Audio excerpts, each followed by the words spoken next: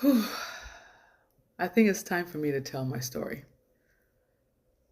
Not the story that you've all been waiting for, or at least not from the lens that you've been waiting for me to tell it from, but from the real me lens, from who I have finally come to see, accept, and love. Let me reintroduce myself. My name is Pierrette Madeleine Ninsang. I am 44 years old and 4 months.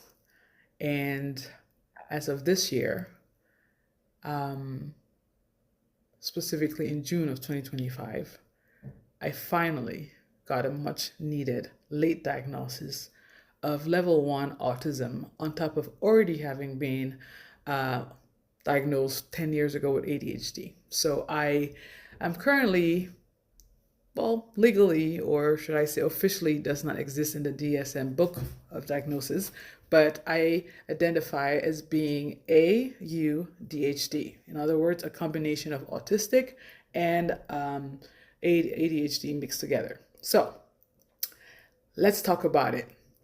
What is AUDHD? What is autism and ADHD? What does that look like? And specifically, what does it look like when you're African?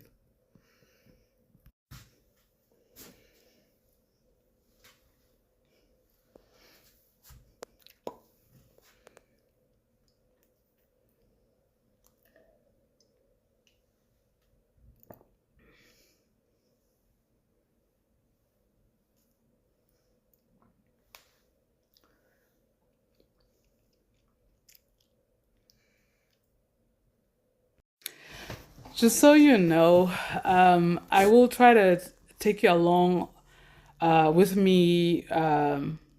You might see some video recordings of like very intimate personal conversations I'm having with friends or with my plethora of medical providers. Sometimes I would look like put together like this. And just so you know, I just have lipstick on. That's it. Or other times you see me all made up, and sometimes you will see me with the crust and from my sleeping with my contacts, which I shouldn't have, or just looking ragged with my hair not combed, or but I would do as much as I can to pull the curtain pull the curtain so you can see what it really is like to not look autistic, but struggle. What it means to be level 1 autistic. Autism is a spectrum. And for you to really, I want you to really get a true sense of what we mean in the community when we talk about, like, if you've met an autistic person, you've met an autistic person, that one autistic person. Because although we may all be categorized, or not all, some of us are level 1, or, and again, I'm one of those few people, level 1, who I still resent the fact that it's not just still called Asperger's. I really do. Because I'm like, at least Asperger's had a certain level of specificity, even though within Asperger's there were also different, like, but it's again, that's the autistic side, right? Like being very like, um, but I will. It's not always gonna look pretty. Like right now, this looks pretty, right? Look, check this out. Check this out. This is what is behind the scene. This is literally, and this is what's behind the scene. As you can see, like that right there. That's some of it, right? So, or like that right there. That's, well, you can't really see. That's one of my last projects. Well, I'll get to that at some point. But I will be pulling the curtains behind what it means to be a late diagnosed, and some things might not make sense to my male audience, because most men are not socialized to mask as much. Some behavior is normalized with men and boys the male gender. And so some things you won't be able to relate to, and that's fine. Not everything, like I said, if you've met an autistic person, you've met an autistic person. But and then there's some things that some other women of different persuasion might not get, just because our lived experiences as people of color is just not the same. There's certain expectations. We're raised with certain cultural norms, societal norms that you just would not experience. And even within the Black community or even the diaspora, being African, I'm educated American. I've been in the American system since seventh grade. And when I say seventh grade, I was in an American school in Africa. So that was a whole different layer of having to be a hybrid within your own country, going to another country that's not your own country, but still an American system, and then eventually moving to the US, where you have this hybrid stuff of these different African cultures, and now being educated American in America. There's so many levels of that. It's a different reality. So even though I'm going to try my best to cover as much as I can of what it's like to be someone who's on the spectrum. And I don't want to focus only on the autism, because boy, is my ADHD, I know I said in my intro that I was diagnosed with ADHD 10 years ago. I actually wasn't. I was diagnosed with ADHD in 2013. 2012, actually, no, it was earlier than that. It was 2009, because I was on Wellbutrin way back since 2009, which is supposed to cover depression and ADHD. But it was not very, we didn't lean too much on the ADHD part, because I guess at the time, like, that was not my pressing diagnosis. What even led to that diagnosis was me going to the Rape Crisis Center to start getting therapy, group therapy with children, with women who were survivors of child sexual abuse. That's a whole other story at another time. But the point is, my job, not my job, what I've decided to do this morning at 5 a.m. is this whole idea of shedding a light on autism within the African community has been on my mind for a long time. At first I didn't, because I did not realize I was autistic. I knew that I had ADHD, and I didn't even understand like neurodiversity, or how being like you having ADHD was like, being neurodivergent. That only became a trendy, popular, or like more democratized like thing in the past 2 years, right? And also because my intro to autism is my niece, who is nonverbal, but and I will cover that too, what it's like to be African with a nonverbal autistic, which is obviously a higher level autism on the spectrum, especially if they're nonverbal. Like what it's like to have a child who's nonverbal back home in Africa, at least from my perspective, right, of someone whose relative was back home, and like the resources that are available back home in Cameroon, West Africa. I'm going to speak only for Cameroon, because I don't know how things work in other African countries. And even Cameroon, I'm going to need you guys to chime in and help me create the full picture, because I did not grow up in Cameroon. Like I left Cameroon when I was 15, 16. So I don't know. I'm going to just speak from my perspective. So again, this is a very open space. It's a safe space. And I'll say this right now. Who I am, where I am right now in my life, there's no comment that you would put under my videos, in my TikTok, in my YouTube, in my Instagram, or whatever, that would make me so mad that I will go kill myself. So have at it. Okay, keyboard warriors, have at it, because you might be an online warrior fighter, keyboard warrior, or whatever, but I'm a real life, flesh and blood warrior. Okay, I'm a gladiator. I go by Gladiator 43 with the I, a semicolon. So I I am 44 years. I've been through it. I was born a preemie. I'm 44 right now. And the battles that I have on a daily, there's absolutely nothing you could say that would make me feel any less about myself or make me want to go kill myself or make me harm myself or harm anybody. So if it feels good to criticize, attack, or whatever, just remember everything I'm sharing in my channel, anything I'm sharing on my social media, anything I'm sharing in my books, in my journals, in my work is my lived experience. I am not diagnosing anybody. I am not a healthcare professional. I am a Pierrette professional. I am a me expert. And my experience, if it helps you in any way, if it gives you insight, if it takes you to the next step of discovery, the way I discovered, like I am the one who figured it out that I might be on the spectrum. Just as I was the one who found my breast cancer, just like I am the one who, like, and again, that's the little superpower about being autistic. Pattern recognition, clocking things out, having supernatural powers because we just see stuff, we hear stuff, we know stuff.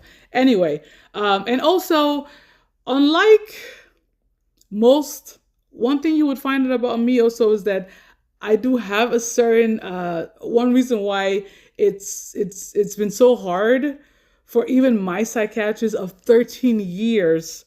Shout out Dr. Rickenbacker, best psychiatrist in all of Central Texas. Why I've gone on the radar undetected for so long for autism was because out of survival, as you guys will get to know me, you will get to understand my story, why I had a period of like 18 years of acute stress and survival, having to survive to live, that helped me override some of my autistic tendencies. And I masked so well that people who've known me for the past 15 years will be watching this kind of like, what is she smoking? What is she talking about? I know I've completely deviated and gone off topic of what I was going to say, but the point is, I'm just trying to express that, like, I am not conflict avoidant. So although I'm saying that there's nothing you're going to say that's going to make me want to like shoot myself, kill myself, whatever, I will confront you some days, depending on which Pierrette showed up that day. Because I bring receipts. I am factual, I bring receipts, and I am not scared. One of the things about us is we don't care who you are, what your title is. If you don't have the data to back it up, we don't give a flying fuck. And yes, I will curse sometimes. And yes, it's gonna go against it's gonna rub the nerves of some very ultra Christian people who are judging me because I claim, and I say it, I don't claim, I am a charismatic Catholic. That's a whole other story. We will cover spirituality at some point. But the whole point, I'm going to wrap this up because this has been going on long. I just want to let you guys know, I will, as much as I can, take you along with me. You might go on appointments with me. You might see, I will go back and forth. I found out the other day that I've been taking videos of myself probably since 2010. So I might take you guys back to 2010 and I take it forward. Oh, my story will go back and forth. So yeah, so buckle up. There, you're gonna have the messy, you're gonna have the pretty, because I'm a fashionista. Yeah, I do have a sense of fashion. I do have a sense of humor. I do have I am mistaken for this outgoing superstar, which I do have that side of me. And I will have days where you're gonna be like, oh my gosh, I think she's about to kill herself. And I will have the Valley Girl self, a part of me that's gonna come out. I will have the, hey, what is going on today? African self is coming out. I will have the, the very like, a little bit of a French accent today kind of thing. And some words, sometimes I will blank out and, I will be like, je peux plus parler anglais. Je ne connais pas le mot en anglais. I just know the word in French. And I will switch in and out I will code switch. One thing you need to know about high level functioning autistic people, especially those who are late diagnosed, we have mastered the art of masking and mirroring. If you think that, I heard it somewhere, someone said, like, well, level one autism is not that intense. Like, you'll be fine. You don't have, like, you don't need help. You're fine. In fact, I don't even know what you're talking about. Like, it's very mild. Your symptoms are mild. It's only mild because of the way you experience it. Like, it's the way that you're experiencing me. You're seeing it as mild. Like, it's affecting you in a very mild way. But not me. I am doing a whole bunch of context clues and reading your body language and managing my energy. How did I think? There's so much going on my end. You just think it's mild because of the way that you're experiencing me in your world. There are people who are experiencing me on a, ask my best friends, ask some of the people who've had to be there on those moments where I was suicidal, where I almost killed myself. Ask my family members who are just kind of like, she has, like, why is she confronting us right now? Why is she being so aggressive? Ask like, you, my coworkers, my people who've been under my supervision or leadership have experienced me completely different. My ex-employers are experienced me completely different. My supervisors, some of them have gotten the highly aggressive, yeah. So again, this has gone on too long. I'm not even going to edit all of this. I would literally put this is going to be a long form video. It was not intended, but I wanted to just follow through with this so that I set the stage. And if I change my mind about certain things along the way, the format of my videos, the location, the whatever, I'm just going to let you know right now, this is not a money-making thing. This is pretty much me realizing the best self-help is the one that you create for yourself. This has been my medicine for the longest. It used to be poetry when I was in 8th grade. And poetry failed me in 2015 when my mother died. And what happened is I ramped up picture taking and video making, video journaling. And that's why I have so much stuff that I could edit and I could create stories. This is my self-therapy. This is my talk therapy. This is my house. This is my words. This is my world. And I am inviting you in it. And whether or not you know, it's a privilege to be part of my world. And I do not ever take it for granted.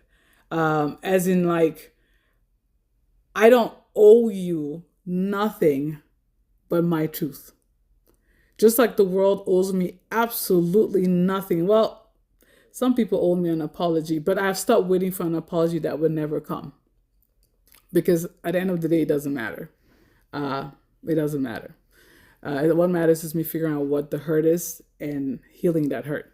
So I apologize ahead of time for anybody who gets hurt or gets thrown in the crosshairs, who feels like they need to defend themselves. You have my number if you're someone in my life who has a disagreement with anything I say on this platform.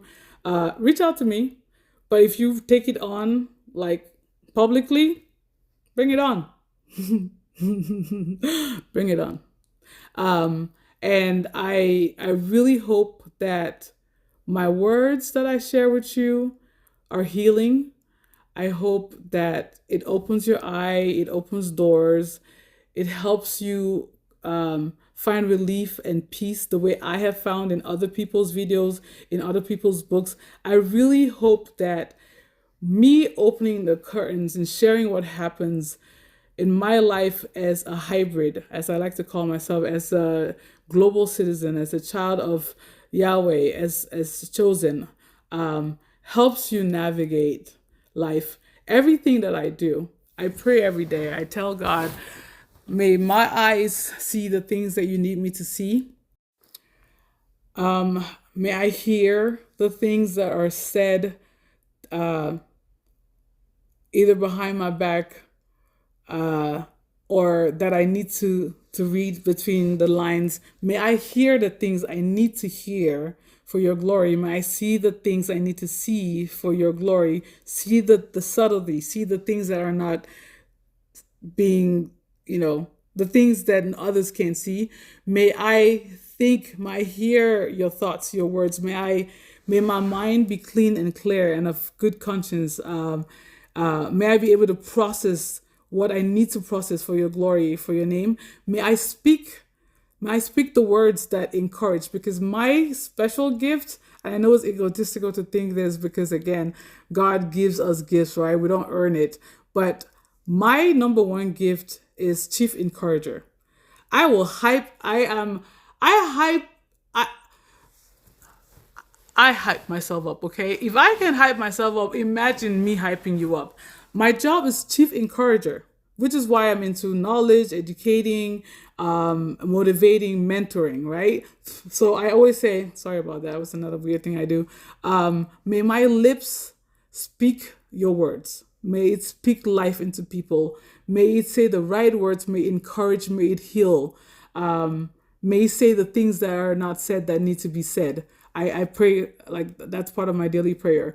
I always put my hand on my chest and say, may I be your love. May I be a reflection of love. When anybody sees me, talks to me, looks at me, is around me, thinks about me, may they feel love. May I be the love of Christ. So may I always have love, and may I not lose the love that I have in my heart, regardless of what happens to me. I always pray, Lord, please don't change my heart. And I always say, may I be your hands, Lord. May my hands be the works of God. May I be God's hands to touch lives. May I not touch anything that is unclean or unhealthy or evil. May my hands not cause pain. And what else do I do? I always do eyes, lips, ears, mind, hand, heart. Yeah.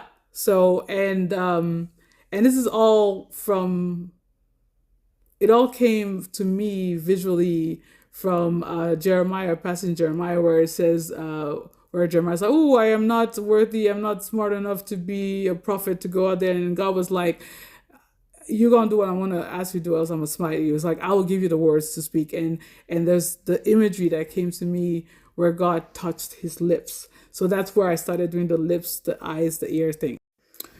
So anyway, I keep saying that this is the end of the video, and I keep on going, and I'm gonna stop this here for now. This is my first video, so I am not editing anything in it in terms of like how it's being filmed. You might see like clip, like you might not see any transition or whatever, because I am doing this on my couch, on my cell phone, using Snapchat, because I don't even know why I'm using Snapchat. Oh, I was on Snapchat for something else. That's another thing.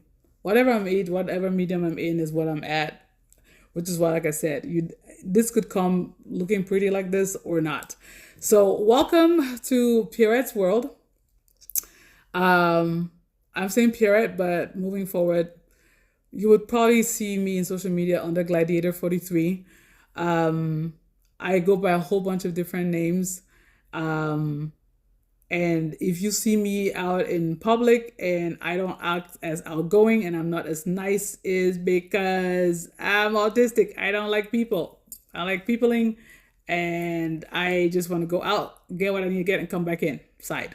We don't like the outside. So yeah, welcome to my world. Welcome to the African Autistic channel. No, I guess I'm going to call myself the Autistic African.